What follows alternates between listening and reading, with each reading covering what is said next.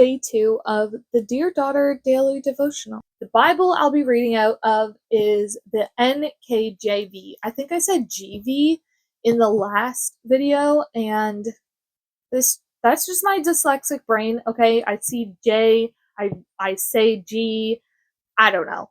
I'm correcting myself now. It's the New King James Version. I do have other versions on my Kindle, but I want it in paper form for the video, so I'm going to use this one. With the devotion, we start off with a Bible verse and then go into the devotion and then another Bible verse at the end. So without further ado, let's get into the video. I'll read the Bible verse. It's 1 Peter chapter 1 verse 23. It says, "Having been born again, not of corruptible seed, but incorruptible, through the word of God, which lives and abides forever." Years ago, a railroad was being built. Earth-moving machines cut a path where the ties would be laid. When spring came, a strange thing happened.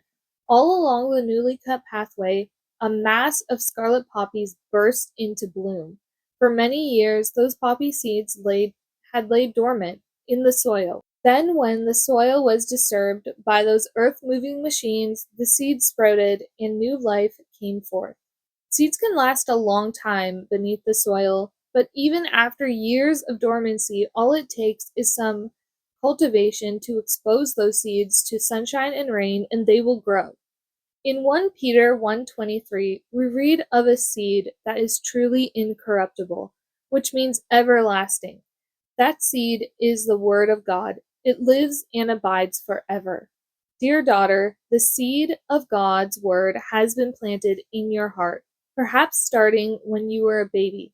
Your parents and your church saw to that planting. Perhaps the seed lay dormant for a while, but many things help to cultivate that seed. When it springs to life as a real personal faith in Christ, that is the new birth.